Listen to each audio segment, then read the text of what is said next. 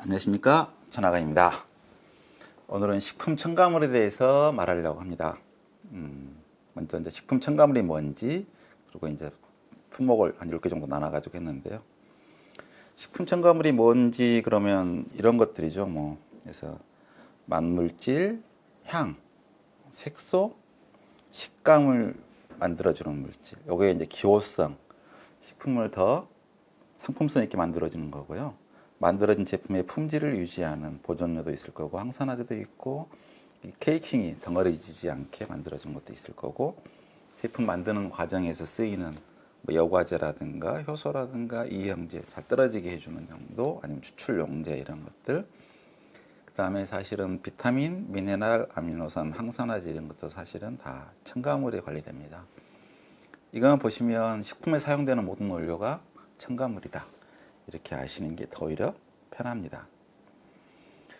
사람들은 사실 식품 첨가물 하면 식품에 넣으면 안 좋은 나쁜 걸로 생각하고 있는데요. 그래서 가장 대표적인 화학적이다 그러면 나쁘다고 생각했죠. 그래서 하도 그런 경향이 심하니까 그 식약처에서 식품 분류를 바꿨어요. 예전에는 천연 첨가물, 그다음에 화학적 합성품 이렇게 나눴거든요.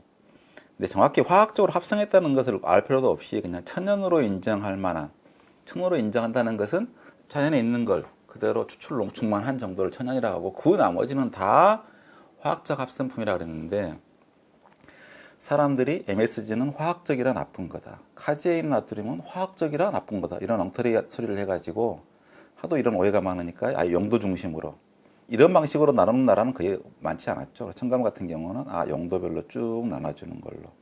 그래서 법을 바꿨습니다. 그래서 이제 더 이상 화학 첨가물 하면 말이 안 되는 거죠. 사실 좀 제일 안 좋은 것 중에 하나가, 만물은 원자로 된 화학 물질이거든요. 그러니까 물도 화학 물질입니다. 공기도 화학 물질이고요, 원래는. 그러니까 화학이라고 하는 건 분자 상태의 모든 걸 다루는 학문이고요. 근데 화학하면 무조건 나쁜 것이다라고 말하는. 그래서 식품회사에서 그러면 그거에 대해서 정확하게 설명을 하고 대응을 하느냐, 그러지는 않죠. 하는 게, 이렇게 화학은 나빠요 하니까 우리는 뺐습니다. 그렇죠? 거꾸로 식품회사에서 카제인 나트륨은 화학 첨가물인데 그러면서 거꾸로 공포 마케팅을 하거나. 오죽했으면 식약처가 이런 걸 하지 않았나 보던데, 무첨가가 건강한 식품인가요? 아니다. 그런 건 아니다. 그렇게 할 정도죠. 그래서 첨가물의 종류가 사실은 정확하게 셀 수는 없습니다. 왜냐하면 항목으로 600개 나와 있다 그러면 뭐 하겠어요? 한 항목에가 200개가 포함되어 있는 게 있어요. 천연 향료 들어있는 성분 보면 200개가 넘거든요. 그러니까 유화제라고 되어 있는 한 품목이가 몇십 개씩 들어있는 경우도 있고, 특히 이제 화학적 합성품에 있는 합성 착향료 같은 경우는 거기 2,500종 정도가 들어있어요. 그러면 그렇게 하면 이게 3,000종이 4,000종이 날 수도 없고, 그래서 크게 그 숫자는 중요하지 않고요. 대략 한 600종이라고 보시는 것은 그냥 항목 번호가 600개 정도 된다. 그 안에 세부적으로 더 여러 개 있는 것도 있고요. 그다음에 그 600개 종을 다 나열하기 힘드니까 용도로 감미료, 수분조, 고결 방사제, 거품 제거제, 껌, 기초제, 계량제, 발색제, 보존 이런 식으로 용도를 두고, 용도에 들어가면 원료가 들어있겠죠. 그래서 우리나라는 31가지 용도로 첨가물을 분류한다. 이 정도 알면 되겠고요. 첨가물에 대한 오해는 정말 많은데요. 화학적이라 위험하다, 화학적이라 엄청나게 강하다, 강한 만큼 독성도 강하다, 이게 만능 해결사다, 이거 있으면 해결하지 못할 게 없다, 첨가물이니까 싸다, 첨가물은 축적성이 있을 것이다, 복합작용을 할 것이다, 식품 문제는 첨가물 때문에 발생한다, 첨가물만 피하면 될 것처럼, 이건 다 엉터리입니다. 가장 간단하게 보자면 GMO, 농산물이잖아요. 잔류농약 어디 있죠? 농산물에 있잖아요. 항산화제가 어디가 있죠? 축산물에 있잖아요. 양식하는 거에 있고, 재배한 동물에가 있는 거죠. 중금속, 제일 많은 게 수산물가 제일 많죠. 그나마 첨가물 같은 경우는 관리를 해요. 근데 얼마큼 들어있을지 잘 모르고. 첨가물 때문에 식중독 걸린 적 있나요? 다 없죠. 식중독이 제일 많이 걸린 것은 농산물이죠. 농산물, 채소 중에 제일 많이, 살균을 안 하니까. 그리고 첨가물에서는 유일하게 말한 게 독성일 건데, 다른 건 독성이 없나요? 똑같이 있습니다. 식물에 원래 천연독 많고요. 농산물은 그나마 작고, 그 다음에 야생에 있는, 그러니까 조류, 페루독성 이런 거 다 나오잖아, 식중독 하면서. 자체가 독성이 있는 것들이 있고요. 그래서 첨가물 같은 경우는 이제 개별 단일 성분을 농축해 놓은 고농도로 농축해 놓은 거니까 그거에 대한 검사를 해가지고 2,600의 입종이 있다 그러면 향료 물질이 빠져나가는 거고, 그다음에 여기 중에서 600 절반 정도는 사용 제한이 없어요. 사용량이든 용도든. 그리고 이 특정한 목적에 맞게 되어 있는 거, 사용 품목, 어떠한 품목이 어떠한 양 이하로만 써라라고 지정된 것도 있고. 그러니까 모든 첨가물은 사용량이 엄격하게 분류되어 있다. 그래서 모든 물질은 독성이 있고요. 독성 같은 경우 희석하면은 약해집니다. 그래서 약해져 독성이 나타나는 양을 기준으로 해서 10분의 1, 100분의 1, 100분의 1을 섭취하지 못하도록 사용량을 제한을 두는 경우죠. 그래서 그 첨가물 같은 경우든 어떤 물질이든 간에 무조건 안전이 기준이죠. 그래서 100분의 1. 그래서 효과를 못다 그럼 쓰지 못하게 만드는 거죠. 그래서 독성 하면은 가장 독성이 강한 게 보툴린, 보톡스자 쓰고 있는 거고요. 이게 다 이게 어디거죠? 미생물, 생명체에 있는 거잖아요. 자연에. 폴로늄이 방사능 중에 제일 독성이 강한 건데 얘도 사실 자연에 있는 거예요. 사람이 만든 게 아니고. 그다음에 인간이 만든 것 중에 가장 독성이 강한 것은 독가스 이건데 이것에 비하면 신천연의 물질 독성이 강하죠. 아프라톡신, 청산 독성이 이거밖에 안 됩니다. 캡사이신도 독성이 있고 소금 독성도 있고 에탄올 독성도 있고 그렇죠. 식품 같은 것은 전혀 다른데 가장 독성이 강한 물질 중 하나는 비타민 D3가 제일 독성이 강합니다. 캡사이신, 카페인. 오히려 방부제 같은 경우에 독성이 훨씬 더 약하죠. 소금하고 비슷하고요. 그래서 사실은 이제 가장 중요한 것 중에 하나가 공식적으로 1996년도에 델라니 경구가 폐기되었습니다. 무슨 이야기냐면 델란이라는 그 미국 국회의원이 58년도에 안전 관련 법령을 마련했는데 발암물질로 의심되는 어떠한 화학물질도 식품에 유입되지 않게 한다. 너무나 당연한 말처럼 들리잖아요. 그죠? 발암물질 식품에 있으면 되나요?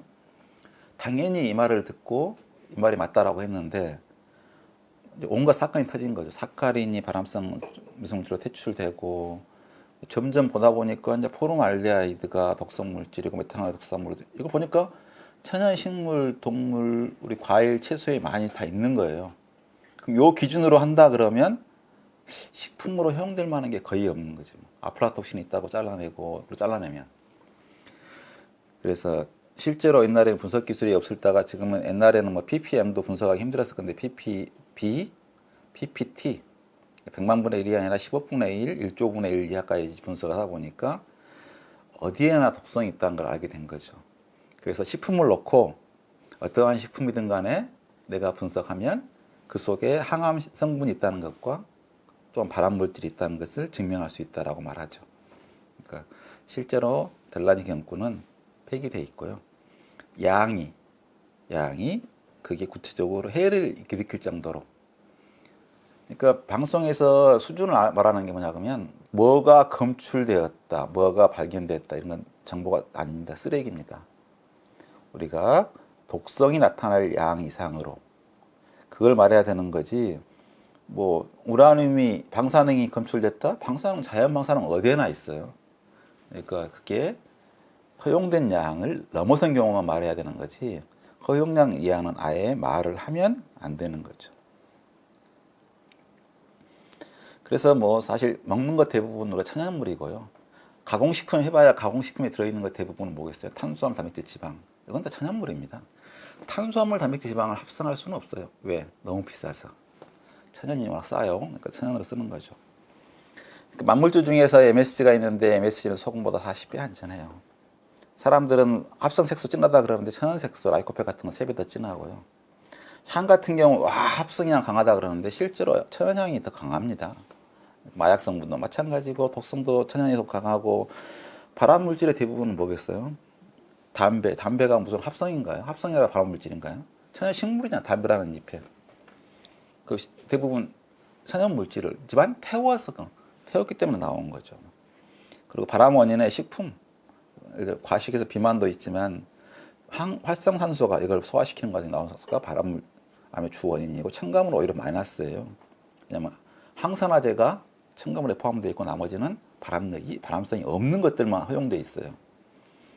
그다음에 노화의 원인도 일반 식품이고 일어나고 알레르기 사고 이거 전부 다 천연물입니다. 식품 사고를 가장 많이 일으키는 것 천연물 사고, 식중독이고 사람들은 그거 말할 때는 식품 사고, 천연물 같은 건 따로 이렇게 위험한 것처럼 오해하고 있는 거죠.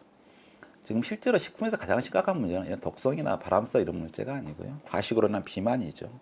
비만이 대사 질병 일으켜서요. 여러 가지 모든 문제를 일으키고 있는데 비만율이 증가하고 있다는 게 큰 문제죠. 그러니까 아직 식품에서 가장 조심해야 될 것은 적게 먹어야 된다. 그 말고는 별로 없습니다. 이렇게 보면 그러니까 식품 첨가물 하면 아셔야 될 게 식품의 활성 성분이다. 그렇게 아시는 게 제일 좋습니다. 그러니까 식품에서 있는 주성분은 어떤 생명체든 간에 물이 제일 많고요. 대부분 다. 그다음에 동물은 단백질이 많고 식물은 탄수화물이 많고 요게 결국 98%라고 보시면 맞아요. 98% 평균. 사람 같은 경우 뼈가 있으니까 좀 더 들어있는 거고 실제로 미네랄 함량은 1%가 안 되고 저분자 물질도 1%가 안 됩니다. 이 저분자 물질이 수백 가지의 첨가물이 하나인 거죠.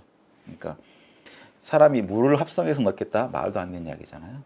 단백질을 합성해서 말도 안 되는 이야기고 지방을 합성해서 말도 안 되는 이야기고 탄수화물을 합성해서 말도 안 되는 이야기예요. 그러니까 거기에 첨가되는 짠맛도 소금이잖아요. 감칠맛은 MSG, 신맛은 뭐 구연산이나 발효해서 만들고 있고 쓴맛은 첨가하지 않고 그러니까 향도 0.1%라고 그러는데 실제로 활성에 있는 실제 액티브한 컴포넌트는 0.01도 안 되고요. 진짜로 그 약을 작용하는 키 컴파운드로 치면 0.0001도 안 되고요. 색소도 0.001% 이하입니다. 나머지 모든 것들이 다 그래요. 그러니까 여기에 정말 소량 포함되어 있는 이걸 다양한 첨가물로 사용하니까 가능한 거지 나머지 건 첨가물 비싸서 못 씁니다. 그렇게 대량으로 필요하면. 그러니까 예전 같으면은 가공식품을 사 먹을 때 가장 걱정하는 게 첨가물이에요. 가장 황당한 이야기죠.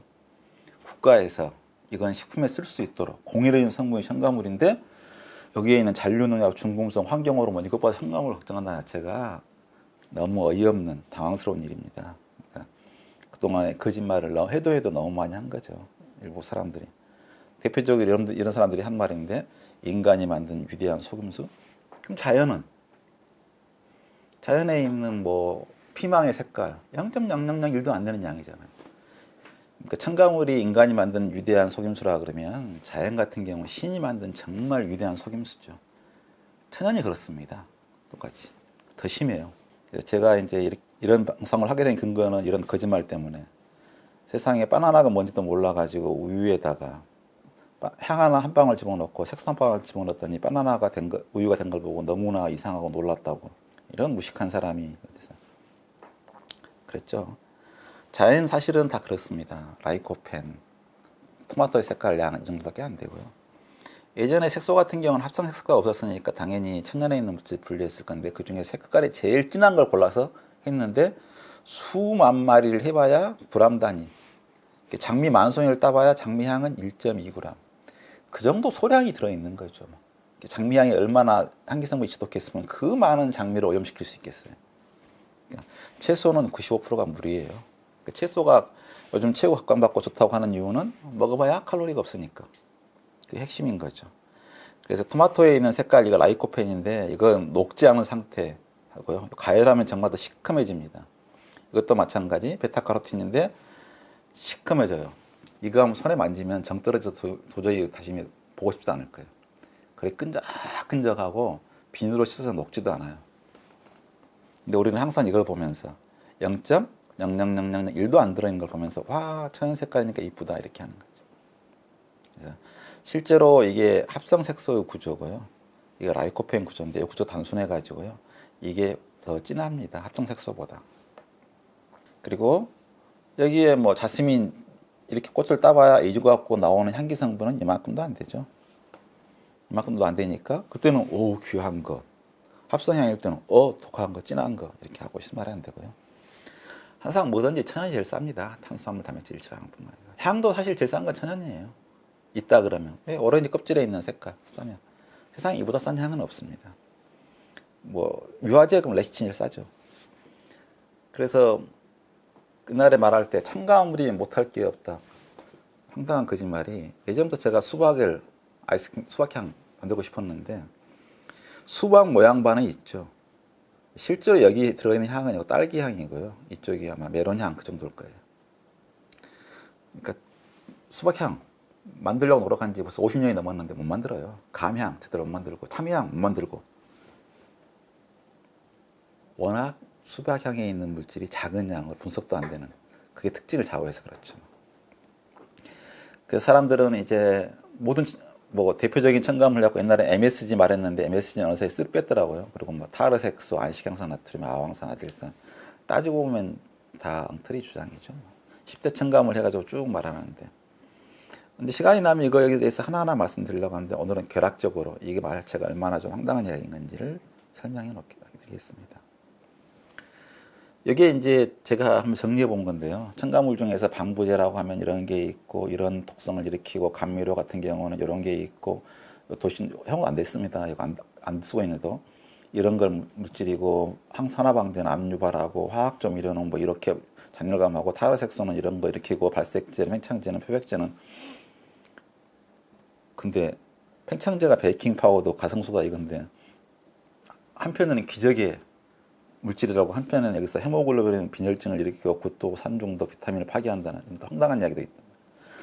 이건 다 말도 안 되는 이 중에 하나라도 근거가 있으면 당연히 식약처에 말해서 그 첨가물을 폐기하면 됩니다. 그 없애버리면 되는데 전혀 근거가 없는 주장이니까 여기에 아직 살아있는 거예요. 하나도 구체적 증거만 들이대면 그 즉시 그 물질은 폐기됩니다. 근데 이건 뭐냐 그러면 제가 이제 비타민에 대한 부작용, 이건 식약처가 공식으로 인정하는 식약처의 사이트에 들어가서 확인해 보면 알 수 있는 부작용입니다. 비타민 A에 대해서, D에 대해서, E에 대해서, B1, B2, B3, B5, B 이게 더 많습니다. 그리고 뭐 축적성이 있다. 첨가물은 강제로 배출할 방법이 없어.